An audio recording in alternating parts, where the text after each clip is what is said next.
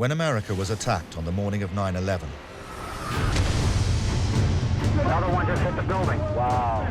Oh my God. Oh God. hundreds of hours of military and air traffic control conversations were captured on tape. I can't get a hold of the United 175 at all. Recovered from government archives. Now, for the first time, they're pieced together in full. Our number one got stabbed. What? Oh. What was that? They reveal the chaos Betty, talk to me. Betty, do you think you lost her? I think we might have lost her. total confusion, We have some planes. Nobody move. Just get me somebody who has the authority to get military in the air now. and the chilling reality of just how unprepared America was for its ultimate day of reckoning. I don't know where I'm scrambling these guys to. I need a direction, destination. Our communications were not designed for this type of a war. We have no idea where he's going. No idea, sir. Our interactions were not designed for this type of war. Is it 737? Hey, what? Like the World Trade Center. Who are you talking to? For the fighters. They're going direct to Washington. The vast infrastructure that had been built to protect the country had completely failed. They're going direct to Washington.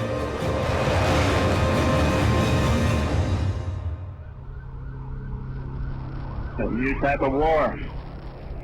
That's what it is.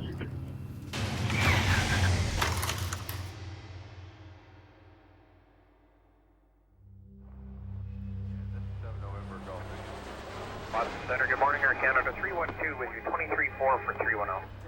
Air Canada 312. September 11th, 2001 was a beautiful weather day. It was beautiful. There was not a cloud in the sky. It was really, really blue. Good morning, ground FedEx 3601 Heavy. Pushback on cargo for November. 175, good morning. Morning. For Ben Sliney, September the 11th was his first day as the new Chief of Air Traffic Control at the FAA. It was brilliantly clear. I arrived around 6 and quite frankly thought that I would have quite an easy day of it for the first day on shift. 1043 monitor, ground point 9, I'll call you in sequence. Have a good ride. Have a good day.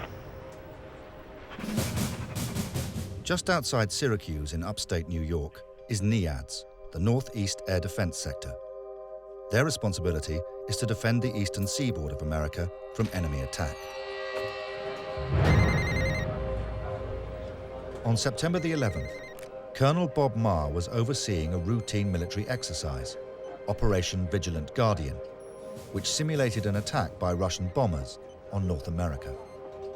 Our primary mission was to defend the United States from external threats. This first day would be mostly to make sure that we followed procedures and requirements as established and build up to what I would suspect later on in the week could be a full-blown World War III or some variation thereof. You just never knew really what was going to happen in those exercises.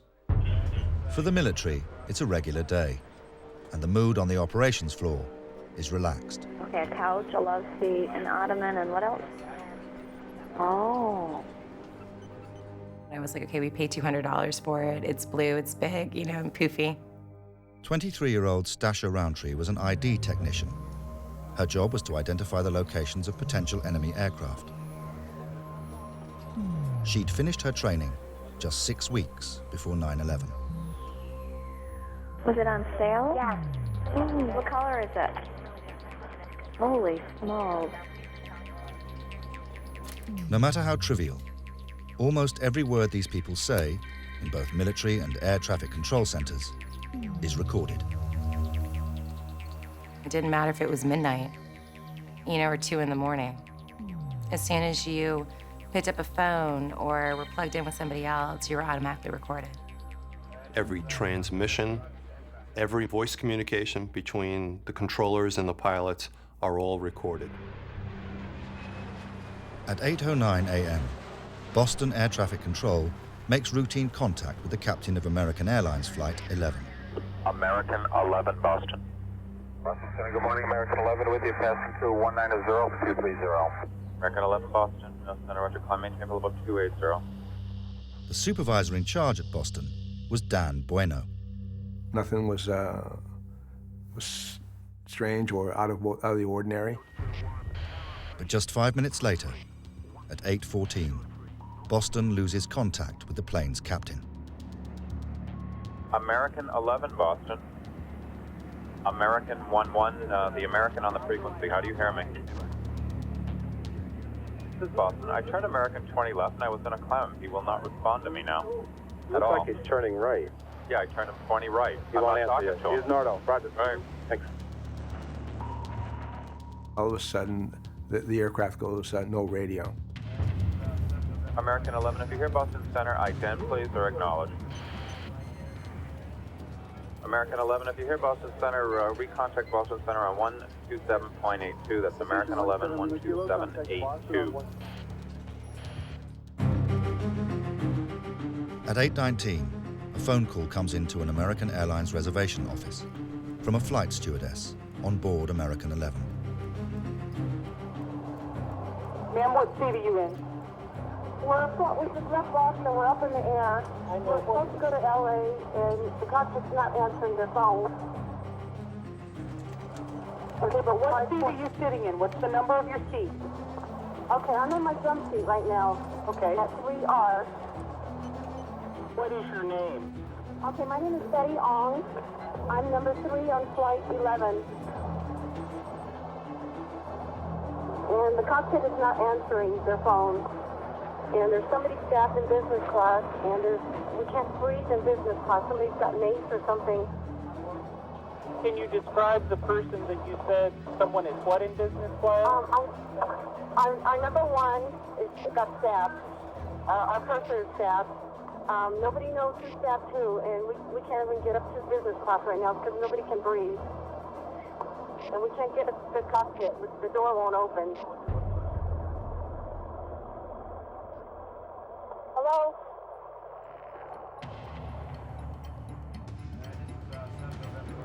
In Boston, air traffic control are still unable to make contact with the aeroplane. American 11, the American on the frequency. How do you hear me? American 11, if you hear Boston Center, ident please or acknowledge. Then, at 8:24, a voice directly from the plane's cockpit. We have some planes. Just stay quiet and we'll be okay. We're returning to the airport. And who's trying to call me here? American 11, are you trying to call? Nobody move. Everything will be okay. If you try to make any move, you'll danger yourself and the airplane. Just stay quiet. Like a punch in the gut. It was just a very unnerving, sense of, helplessness. Bravo Charlie 4. In Boston, Flight Service Manager Michael Woodward received a phone call from onboard American 11. It was from one of his staff, Flight Attendant Amy Sweeney. She said, thank God it's you. Listen to me and listen to me very carefully. Michael's phone line is not recorded, so he relays the conversation to a colleague sitting next to him, who passes on the details to American Airlines headquarters. Okay, we've got the flight attendants on the line here. Amy Sweeney? Yeah, she's the number 9. I'm going to read his notes for you. It looks like he's Middle Eastern. He speaks no English. He was in 10B, 10 Baker, 9D and G. Speaks no English. The plane's in a rapid descent. Okay, the flight attendants are concerned they don't know what's going on in the cockpit. Are you in contact with them? Okay, it looks like there is severe bleeding that he's keeping her on the line. There's severe bleeding. There's a slashed throat. Michael, is that slashed throat a flight attendant? No. Okay.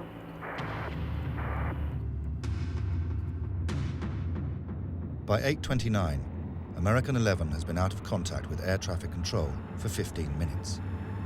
Dan Bueno in Boston alerts the FAA Command Center. I get a situation with American 11, American 11. Let me get managers involved. And heading southwestbound. 29. Heading southbound? Heading southwestbound. You have no idea where he's going? No idea, sir. I start to think, what do I do here now? 4 minutes later, at 8:33, Bueno breaks standard hijack protocol and contacts his nearest Air Force base, Otis, in Massachusetts. Dan Bueno calling from Washington. I have a situation with American 11, a possible hijack. American 11? Yes, sir. Departed Boston, going to LAX. Right now he's south of Albany. I'd like to scramble some fighters to go tail him. But the order to scramble jets at Otis must come from NIADS in upstate New York, where they are just about to begin their military exercise, Operation Vigilant Guardian. Hi, Boston Center, Team U. We have a problem here. We have a hijacked aircraft headed towards New York, and we need you guys to, we need someone to scramble some F-16s or something up there. Is this real world or exercise? No, this is not an exercise, not a test. He didn't preface real world or exercise, and that's where my quote comes in, is this real world or exercise? He said, no, this is real world. It's like, okay. Okay, hey, hold on 1 second, okay? Yep. Hey, seriously. On the operations floor, the ID technicians overhear the word hijack. What? What was that? Not real world. Real world hijack. Cool. Our first reaction, I know you heard there, was like, cool. Because this was usually not something that was very devastating. So we all, nonchalantly opened up our checklists and started to do what we had to do for a hijack. I remember distinctly seeing several people huddled around one of the radar scopes. That is usually not a good sign. Immediately, a call is issued to superiors. Major Nisipany, you're needed in ops pronto. Major Nisipany, you're needed in ops pronto. The mission crew commander, who was Kevin Nisipany at this time, he is basically in charge of that entire operations floor. He is the most senior guy on the floor. Real world hijack, 40 miles north of Kennedy. Do you have time to give me any other? Yeah. Notice on battle station. Boy, notice on battle station. The first thing I directed was for the fighters to go to battle stations. And that really just takes the pilots that are on alert and puts them in the cockpit. But there are over 3,000 commercial aircraft in the skies, and NIADS have no location reference for the hijacked plane. We need a location for our fighters to be able to go up there and single out that aircraft. But the hijackers are one step ahead of both the military and civilian authorities.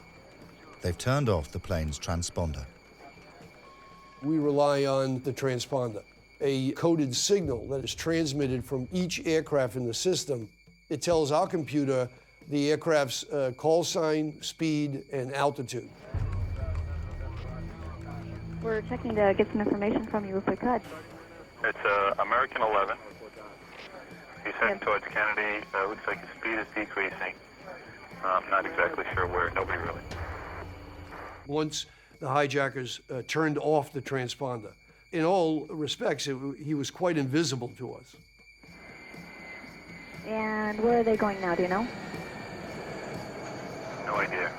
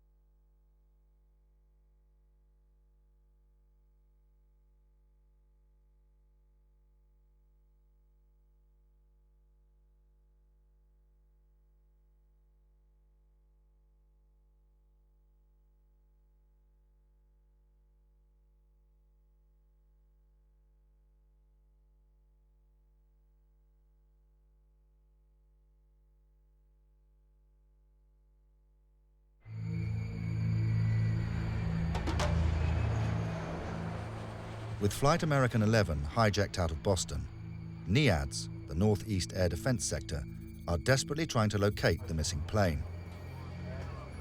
The aircraft is 7 minutes away from the World Trade Center, and the hijackers have turned off its transponder. These guys knew what they were doing. They knew that we needed this to locate them.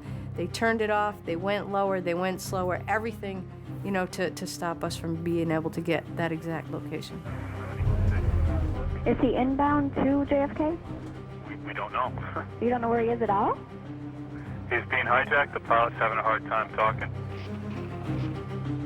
And both sides are doing everything they can to try and identify where this American Airlines Flight 11 Heavy is. And there's just not a whole lot of information for them to give.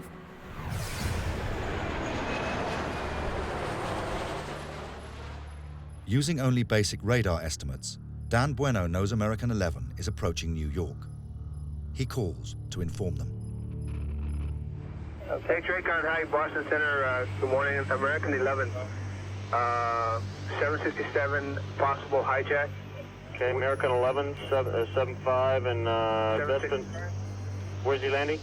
Right now, we don't have any idea, but he was losing speed very rapidly, and we believe he's on a descent. That's why he's slowing down. We were just monitoring him and trying to keep airplanes out of his way. That's what you do with a hijack at that time. Back at American Airlines, flight attendant Amy Sweeney is still on the line to her boss, Michael Woodward, directly from the hijacked plane. She was increasingly alarmed, and she said, you know, the airplane's all over the place, something's happening, you know, we're flying, you know, erratically, we're in a rapid descent.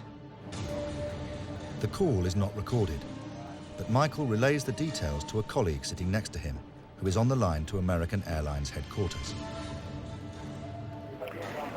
She started screaming and saying something's wrong, and now he's having trouble. Okay. Now he thinks he might be disconnected.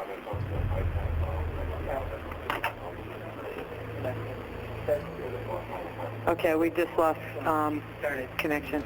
Lost the connection. Yeah. Something's wrong with the airplane? I just sat there for a second and thought, okay, well, hopefully she's going to call back. At exactly the same time, the reservations desk are trying to keep the line open with the only other contact on the hijacked plane, Amy's colleague, Betty Ong. Okay, I'm still on with security, okay, Betty? You're doing a great job. Just stay calm, okay? We are, absolutely. What's going on, honey? Okay, the aircraft is erratic again. Bobbing very erratic. What's going on, Betty? Betty, talk to me. Betty, are you there? Betty? I think we might have lost her. Okay. With American 11 descending rapidly over New York, F-15s at Otis are ordered to chase it down.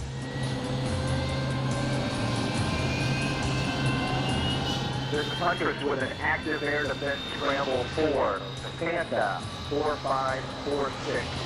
Scramble immediately. MCC, I don't know where I'm scrambling these guys to. I need a direction, destination. But just as the fighter jets are preparing to take off,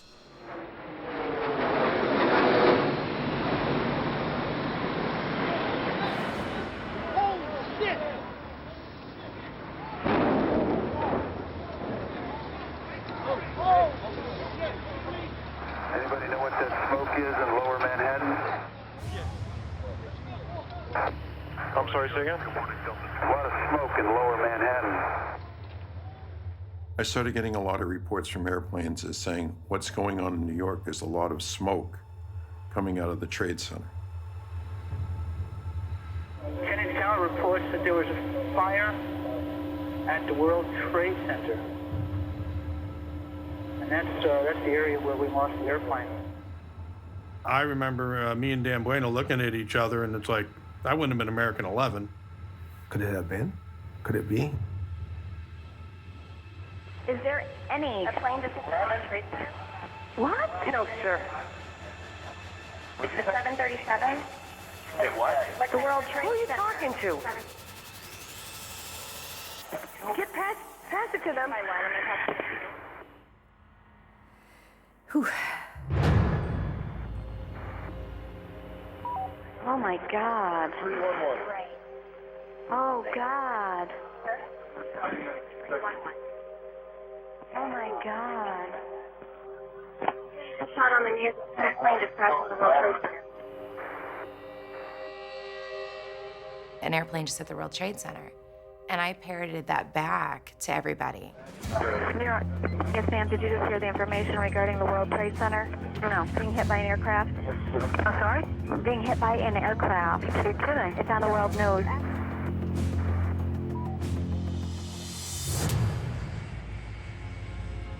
Almost immediately, at that point, the controller just next to me says, I've got another situation right here. United 175, New York. United 175, do you read New York? United 175, do you read New York?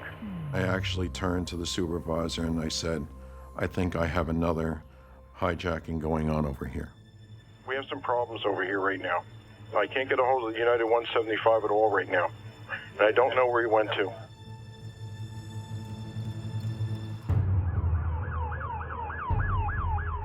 With the World Trade Center in flames and another aircraft reported missing, commanders at NIAD's military base have abandoned Operation Vigilant Guardian and are now fully immersed in a real-world crisis. Who's plugged in up there? Plug in. Go ahead, have you hold on. Okay, this is what I got so far. Okay. Okay, this is what we... Okay, now we do. Yes, this is what I got.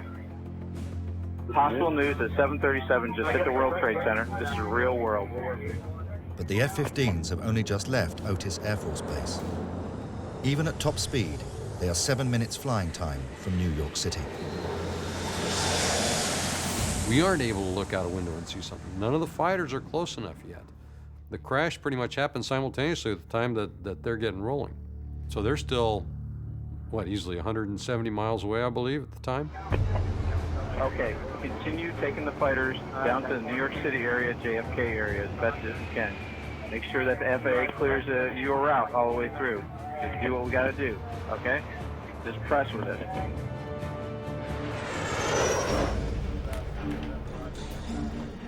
At 9:02, another call comes into the military from New York Air Traffic Control. They have a second possible hijack. Oh, God. I know. What phone are you on? Yeah, we found that one out. Open line.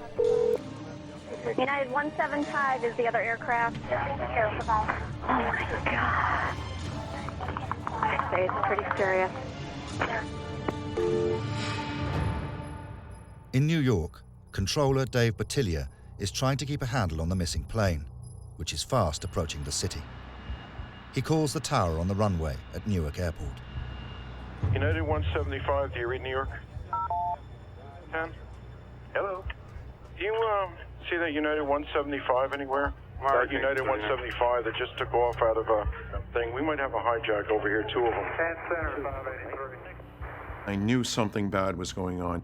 They're not responding to any transmissions. United 175, New York. And all of a sudden, he started to make a radical descent. Hey, can you look out your window right now? Can you see a guy at about 4,000 feet, about 5 east of the airport right now? Looks like he's... Oh, Yeah, I see him. you see a guy, look, is he descending for the building also? He's descending really quick, too, yeah. Well, that's 2,500 feet now. He just chopped 800 feet in like one sweep. That's another situation. What kind of airplane is that? Can you guys tell? I don't know. I'll read it out in a minute.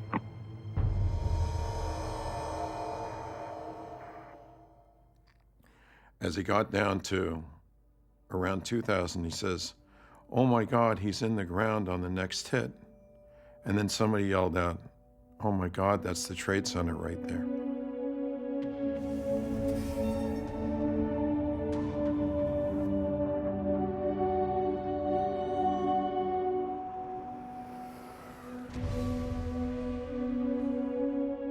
Another one just hit the building. Wow.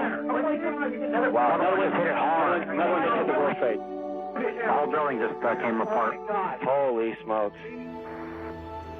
A very loud, busy air traffic control area became absolutely dead silent.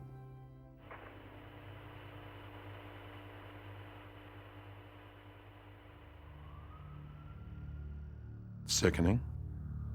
All of us, I can remember there was absolutely no talking going on. Everybody was like in shock. I think an airplane just plowed into the city. They did. The World Trade Center hit the top. No, another one. We just saw another one do it. Another one? Yeah. Holy cow. He says, hey, another one just hit. And it was, now we're like freaking out, basically. Like, what's going on now? It's like we have no idea what's going on. At NIAD's military base 200 miles away, they're watching the nightmare unfold live on television. Is this explosion part of it that we're looking at now on TV? Boston is now grounding. It is possible second hijack also at United Airlines. Where they're working at right now. 2 planes? He was in Whiskey 105. Get the fuck out. Holy cow. That made everybody sink, and I swear everybody at the same time just kind of, it was like, I don't even know how to explain it. Just that real, it's real, it's happening. People are being killed. With America now under direct attack, there's still no sign of fighter jets over New York. The second one just hit the Trade Center. Okay. Yeah, we're gonna alert the military real quick on this. No, we have several situations going on here. It's escalating big time. We need to get the military involved with this. Wow, what's going on? Just get me somebody who has the authority to get military in the air now. All right. But by 9:07, 4 minutes after the second plane hit, the F-15s are still over 100 miles outside Manhattan. This is what I foresee that we probably need to do. We need to talk to FAA. We need to tell them if this stuff's going to keep on going, we need to take those fighters, put them over Manhattan, okay? Because we don't know how many guys are out of park. Could this 3-2 could be more. I don't know. That's the best thing. That's the best play right now. Okay? And the bad news just keeps coming. American 77, Indy. American 77, American Indy radio. Check. How do you read? There wasn't even a minute or two delay when the other controller said, we got a problem here. This is Henderson, American 77. I don't know what happened to him. I'm trying to reach somebody. Down for serving 937. Looked like he took a turn to the south, and now I don't know what altitude he's at or what he's doing. Over Indianapolis, another plane has gone off the radar.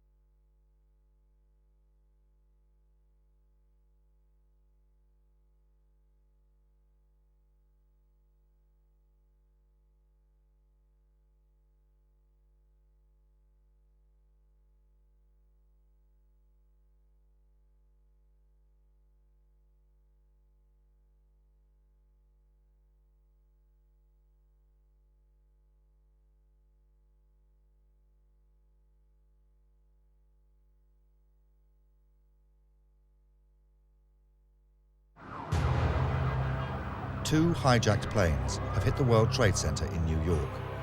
Over Indianapolis, another plane has gone missing. Realizing that America is under attack, the FAA ordered no more takeoffs across the entire country. I directed that no other flights be allowed to depart in the United States, a national ground stop order, at least gaining partial control in that there would be no more aircraft joining the national airspace system. There are over 4,000 planes in the sky, and amongst all the confusion, at 9:21, NEADS, the Northeast Air Defense Sector, receive a report of yet another hijacked plane. Military Boston Center just had a report that American 11 is still in the air and it's on its way heading towards Washington. Okay, American 11 is still in the air? Yes, On its way towards Washington? there was only another aircraft that hit the tower. That's the latest report we have. The information is relayed across the floor.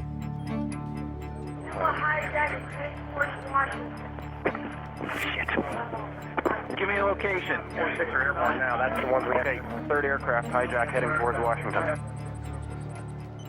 The new sighting of American 11 is actually a mistake. American 11 is the plane that hit the World Trade Center 35 minutes earlier. The ops floor is being bombarded by multiple inputs at any one given time. There are a lot of things being reported, and not all of them are accurate. Because of this error, NEADS now believe another hijacked plane is heading towards the capital, and they have to take action. Okay, American Airlines is still airborne. 11, the first guy, he's heading towards Washington. Okay, I think we need to scramble Langley right now, and I'm gonna take the fighters from Otis and try to chase this guy down if I can find him. You sure? Yeah. Foxy, scramble Langley, head towards the Washington area. Roger that.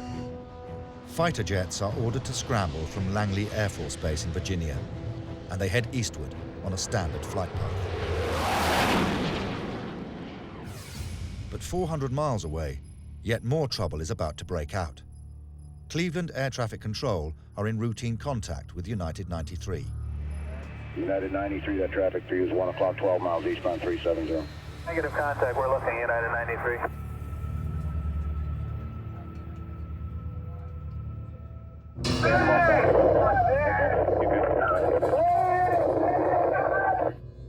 Somebody call Cleveland. Roger.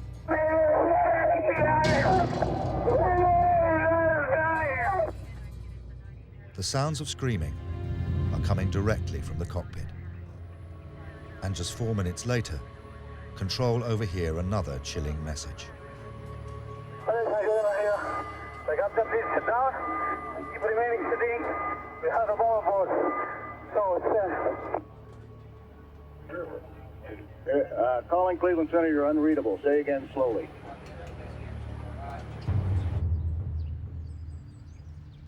Back at NEADS, the operations floor receive yet another hijack report. Okay, let me tell you this. We were looking, we're also lost American 77. American 77. Where was he proposed to head, sir? Excuse me? Where was he proposed to head, sir? Okay, he was going to LA also. He was also going to LA. They lost contact with him, they lost everything, and they don't have any idea where he is or what happened. Now there's an American 77 that they believe to be coming. So we think we have 2 headed that direction. Just 1 minute later, at 9:35, more news comes in about one of the 2 missing planes believed to be over Washington, the Phantom American 11. Latest report, aircraft VFY 6 miles southeast of the White House. 6 miles southeast of the White House? Yep, east. You don't know who he is? Nothing. We're in Boston, so I have no clue. 6 miles is just seconds in flying time. The White House is now in imminent danger. You know, we, honest to God, thought we were literally being attacked from all angles. With the capital under attack, the military call in the Langley fighters. Okay, Foxy, I got an aircraft 6 miles east of the White House. You just fighters here. Turn and burn it, crank it up. 6 miles. But the F-16s from Langley are 60 miles off the coastline, 150 miles away from the capital. Colonel Nasipany, in charge at NIADS, realizes they've flown the wrong way. Why'd they go up there? God damn it. Nasipany got really, really pissed. He gave a direction to fly jets directly north, but they were sent out towards the east. And you heard him say, well, what the hell did they send him out there for? Why'd they go up there? God damn it. Okay. Our mission was really to protect the United States from a threat over water. So you had standardized scrambled procedures that take you out over water. Colonel Nasipany orders the F-16s back to the capital. Okay, push it back. Is that airliner? No. And run them to the White House. 18-1, you want us to relay? Doesn't matter. What are we doing? We're going direct east. For reference, whiskey, they're going direct Washington. 5, they're going direct Washington. It was, light them up, let's get them down there where they need to be. Hey, if you need to get those back up, go. Okay, we'll fucking super to get there. You need to be. I don't care how many windows you break. Major recipient was, I don't care how many windows you break, go supersonic. 2 jets have already hit, the 2 towers.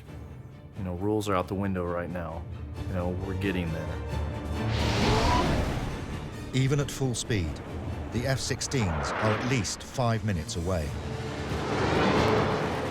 While they are still in the air,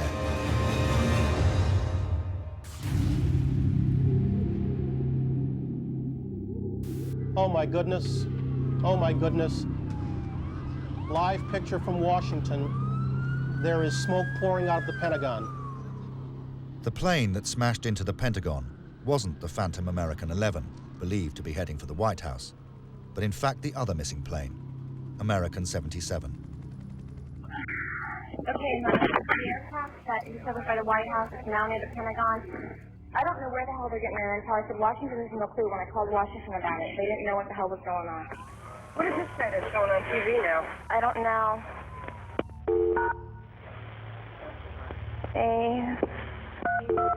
What the fuck is this about?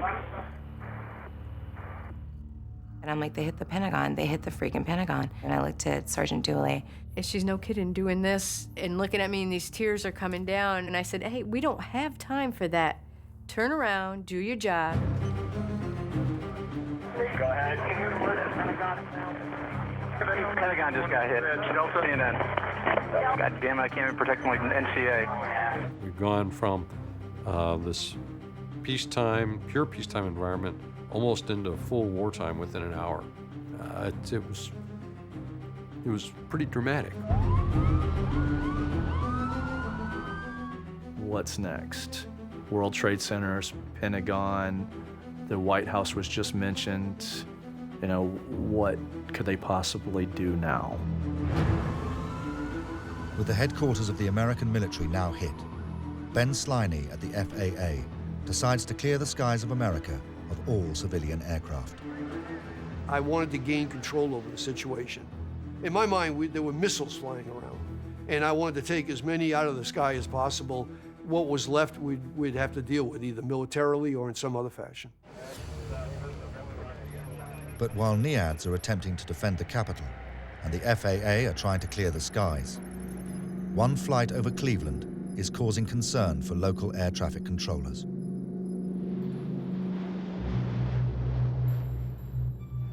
At 9:34, Cleveland Control notifies the FAA Command Center.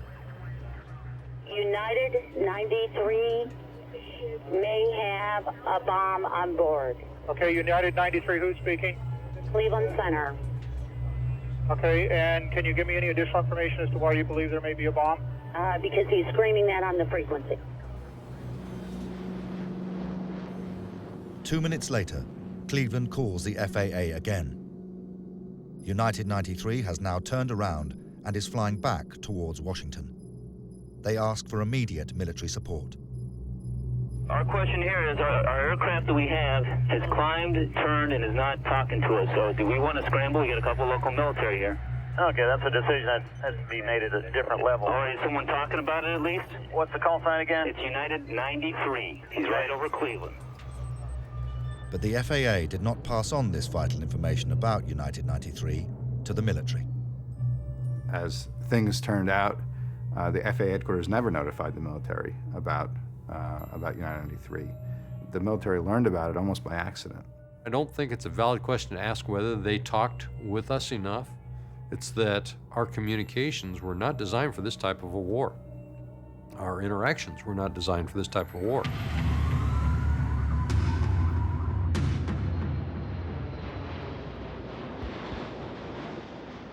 At 9:39, United 93's hijackers mistakenly broadcast an announcement meant for the passengers on board. Hi, the captain. I would like to order to remain seated. We have one aboard and we are going to back to the airport and we have our demand, so please remain quiet. Passengers on board United 93 start making calls to loved ones. Mark Bingham phones his mother but gets cut off. She calls back and leaves him a message. Tuesday, 9:47 a.m. Mark, this is your mom. The news is that it's been hijacked by terrorists. They are planning to probably use the plane as a target to hit some site on the ground. If you possibly can, try to overpower these guys. Try to call me back if you can. I love you, sweetie. Good luck. Bye-bye. End of message.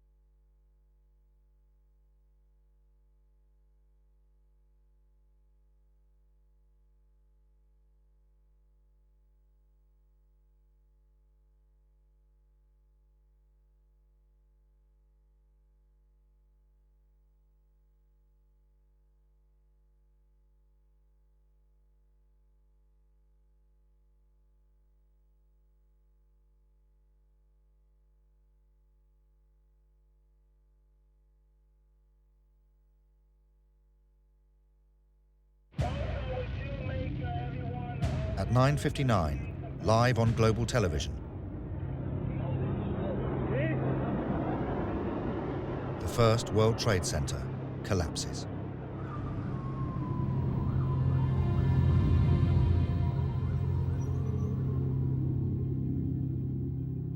With the Pentagon already hit, America has gone in under 60 minutes from peacetime to being in the grip of the biggest terrorist attack in its history. It would seem that the United States on this day is under attack from terrorists. Up in the skies, a fourth hijacked plane, United 93, is still heading for Washington, and the military have received no information about it. Clearly, it was a failure of the command and control structure at FAA headquarters because they had the information that United 93 was hijacked almost in real time, within 5 minutes. The bottom line was we didn't have the communication pieces that we needed. We weren't speaking to the correct people in the FAA that we probably needed to speak to. There were disconnects, there's no doubt about it.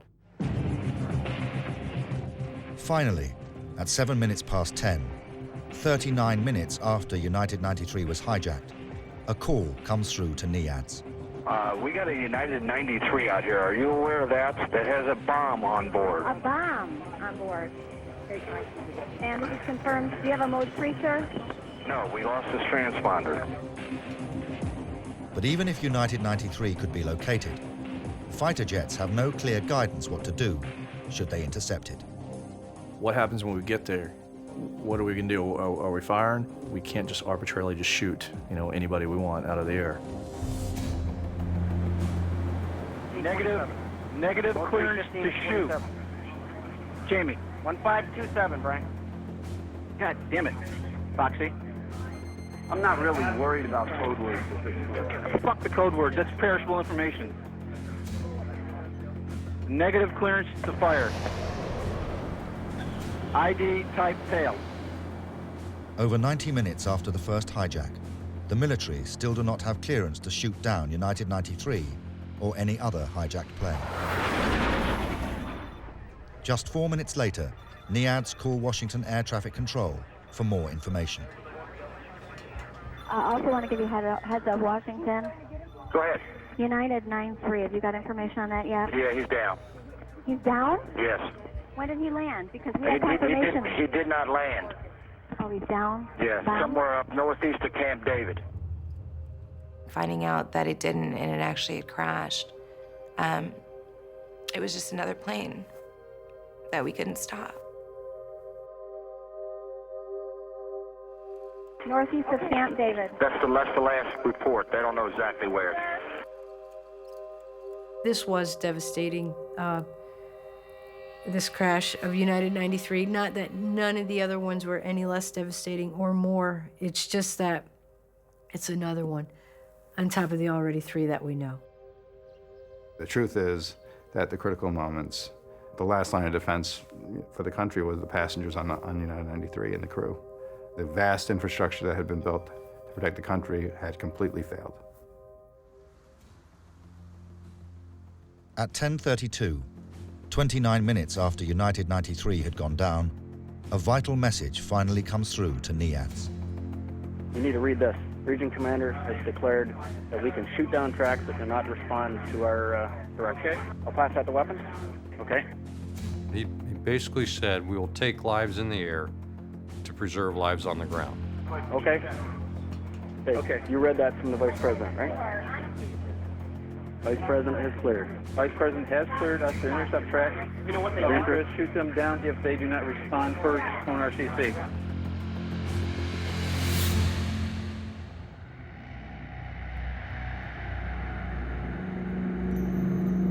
As it turned out, there were no more hijacked planes in the sky. The order to shoot them down came too late. In many ways, NIAD spent that whole morning chasing phantoms. One was really a phantom, but the other planes were hard to find, and when they did find them, it was too late. And when they got reports, the event had already happened. So they had spent these frantic, 100-some minutes chasing phantoms and not catching one of them. These tapes reveal not only the extraordinary chaos and confusion that engulfed America on the morning of 9/11, but also just how unprepared the military superpower was for the greatest terrorist attack in its history. We all had different duties and jobs to do that day, and we all did it as best as we could. We failed, we didn't get the job done that everyone thought that we should be doing, but we'd also never been attacked like that before, and no one ever dreamed of 4 hijacked aircraft in one day. Now we know. Now we know what to look for. Now we have the defense of our homeland. We protect the domestic land space. We know. That day we didn't know. That was all new. It's 10 years later and people still have questions. We still are trying to put those pieces together, and I think these recordings really give the public a real sense of what happened that day and who was involved. This gives them, I think, a really good idea of what happened that morning. Over the next 3 hours, all civilian aircraft were grounded. For 2 days, no commercial airlines took off. Finally, the skies over America were quiet. September 11th, 2001. A new type of war. That's what it is.